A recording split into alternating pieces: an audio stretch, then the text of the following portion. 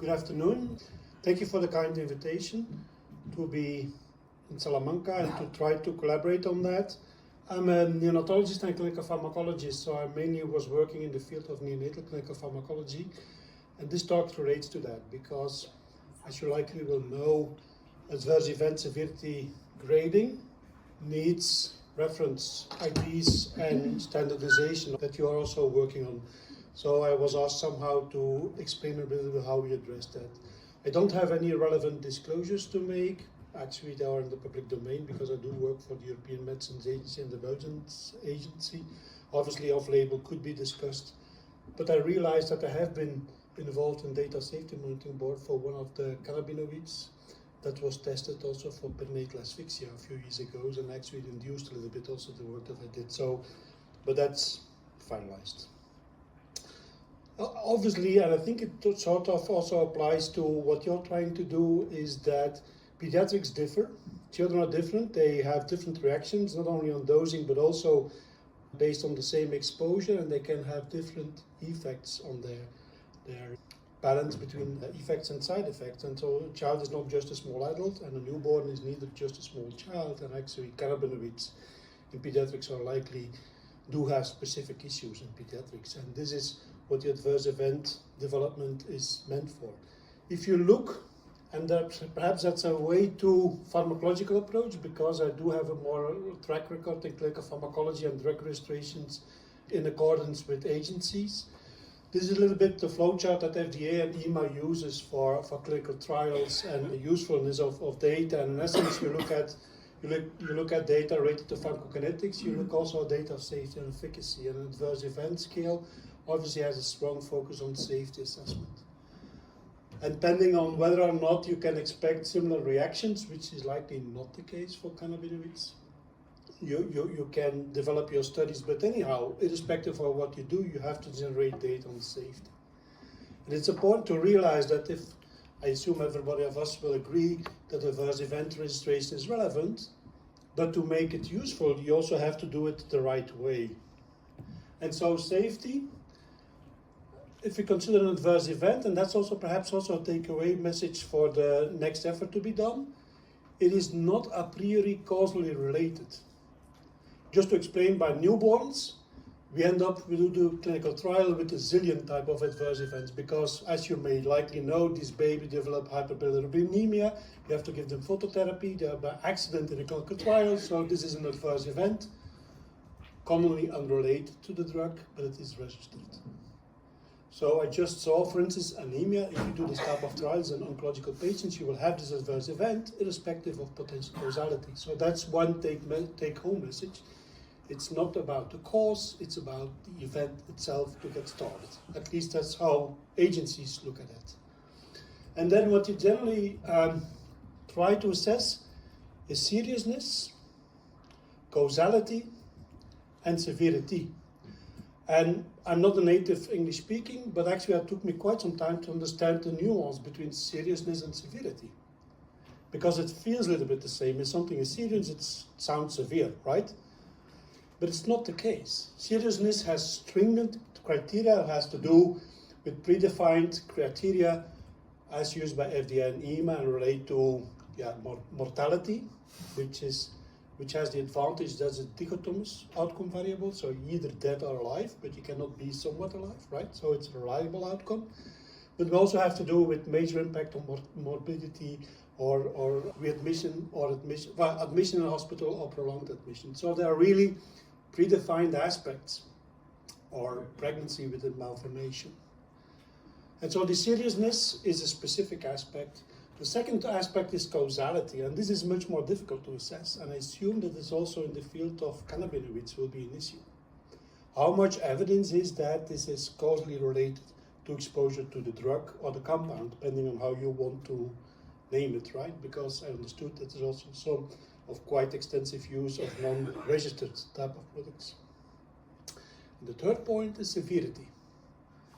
And severity is a grading, a scale, usually from 1 to 5, where you want to assess the severity of the event, depending on how much you have to do, generally shortly following the event, Just to illustrate that intracranial bleeding in newborn is not severe if you don't have to do anything with it, but if you have to have transfusion or whatsoever, because while we still know that the long-term outcome of this baby may be quite significantly impaired. Why would we bother about that, and why did we bother about that for neonatal drug trials? Because, again, we need standards. If we don't pre-agree on what we mean and how we will assess causality, how we will assess severity, it will be very difficult to compare different types of interventions.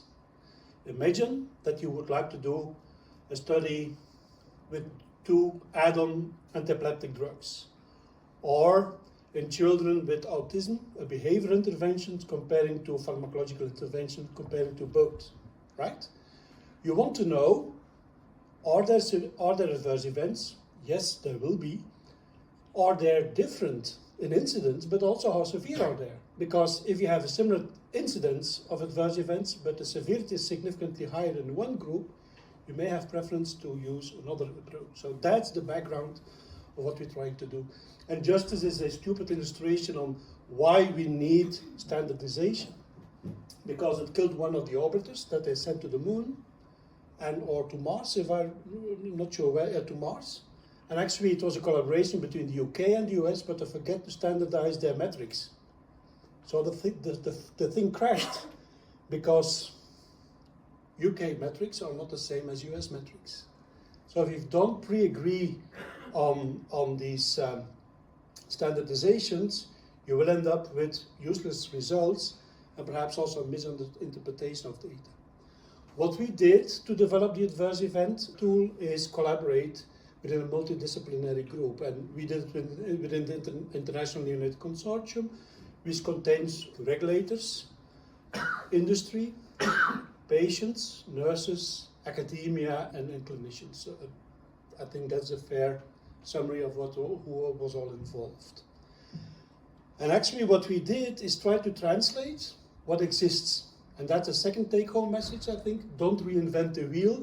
Use the wheel and make it appropriate for what your aspect is. And we used the CTCA severity grading, which is grading from 1 to 5. And what you can see over here is the generic scale of this event. And again, 5 is similar to a serious event, which means that the patient unfortunately has not survived it. But then you have mild, moderate, severe, life-threatening. But then just to apply it, for instance, to an autistic child who may qualify for a cannabinoid type of research, or in our field to newborn, how do you translate a minimal, local or non-invasive intervention indicated, limiting age-appropriate instrumental activities of daily life? What babies do is sleep, eat, and hopefully be happy in between, right?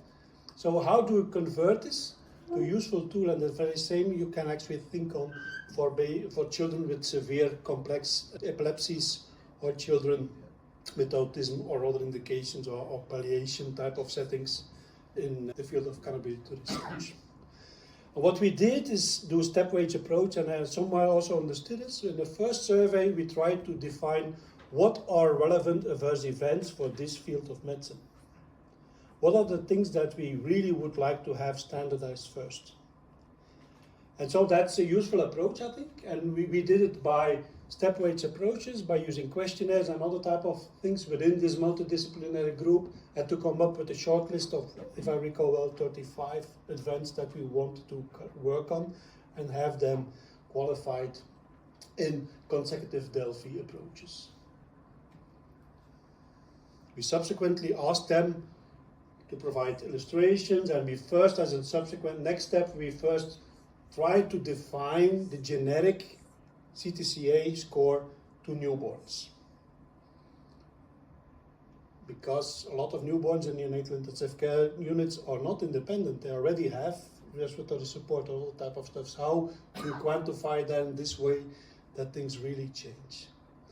So this is what we did as a first step, and we subsequently applied this to these 35 scales or adverse events that we felt were relevant, and these were either general, for instance, skin lesions after perfusion, because that was a specific request from agencies, while parents and clinicians more were concerned on neurological outcome aspects or major respiratory events in these children. So this is how we developed it, and we subsequently, again using a commonly applied Delphi score, we tried to search for consistency and for agreement between different assessors and came up with this scale that was subsequently published. From a scientific point of view, it's nice to know that we have done this. It's also important to know that it has impact. And we try to quantify the impact by first a retrospective study. What if we use this scale for adverse events previously collected within a clinical trial? We could show that inter-rater reliability, this means two different observers assessing the same event, do they come to the same conclusion? And that matters. And this was better in the retrospective design. We subsequently also did a prospective trial where we in different continents, Japan, US, and Europe, did a prospective study and again used two inter-rater observer variability to try to quantify whether the use of this score was indeed associated with a stronger inter-rater agreement. And the good news is that it's indeed this was the case. So in this way, we also illustrated that this adverse events scale was useful to really improve the field and move the needle. And final comment, the way different stakeholders look at it differs because of their perspective. Obviously, we don't have patients because babies cannot talk yet, but we do have the parents.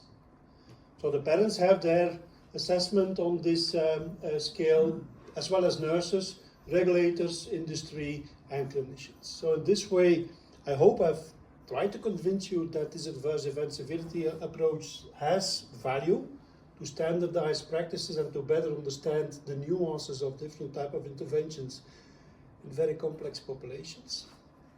And actually also as from food for thought, we also thought, okay, it's nice for us, it's nice science and we like publications, I'm also an academic, but it has to be accessible. So we reached out and contacted MEDRA, and in this way all these data are available. We have a training online on that, so that's perhaps also a take-home message for you. And obviously we still want new IE events added like lab values or other type of activities. And I hereby would like to thank you for your attention.